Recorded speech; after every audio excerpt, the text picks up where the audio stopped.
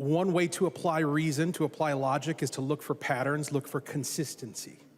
And I think as objective observers look at this piece of legislation and look at what's being done here today in the state of Minnesota, they could not be faulted for recognizing a lack of consistency. Much has been said about the inadequacy of the intent to remove foreign influence from our election process with this bill, which narrowly targets very specific forms of foreign influence from corporations and ignores that from nonprofit organizations, ignores that from union groups. And I think even going beyond the scope of what we're discussing today, we've seen arguments made in this chamber that have had the effect of increasing and even confessing to a large degree of foreign influence upon the policies that we've considered here in this chamber. I go back to driver's licenses for all, where we offered an amendment to make it very clear that these driver's licenses that are being issued to people who are not eligible to vote because they are illegal immigrants, that they be marked as such, that they have a different orientation, that they be marked as not for voting purposes. And these were provisions that had previously been agreed to in prior sessions where there have been broader bipartisan support.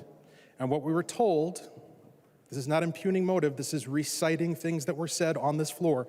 What we were told at the time by that bill's chief author is that we weren't going to adopt that amendment because that policy had not been approved by the, quote, community. Now, I guess we can infer what is meant by the community, but certainly it was reference to people who don't have election certificates. It was reference to people who are not in this room. And judging by who we had here advocating on behalf of that bill, it's pretty fair to assume that we were dealing with a fair degree of foreign influence. Nobody seemed to care. So it's a lack of consistency that drives a lack of trust in what this body is doing and the effect that it's going to have on elections. The status quo in November of 2002, or in November of 2022, according to Gallup, only 59% of Americans said they were either very or somewhat confident that their votes were counted properly in American elections. That's down from 75% in 2006. It was 70% as early as 2018. And when you break it down by party identification, 85% of Democrats say that they can trust the process. Only 45% of Republicans do. And that's a huge problem.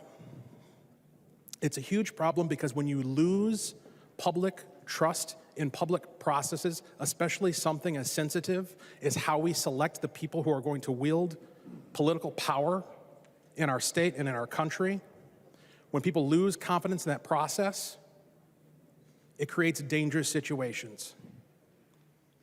And this bill has been presented as a solution to dangerous situations, but it's actually inflaming the very causes of that, which is lack of trust in the process.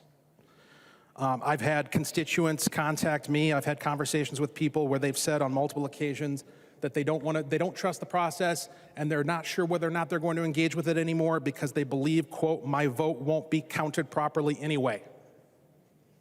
And that's in response to both the status quo and what's being proposed today. That is a form of disenfranchisement. That is a form of voter suppression. When you erode people's trust in the process down to 45%, that's the same thing as not letting them vote at all. I would think twice about this bill. Thank you.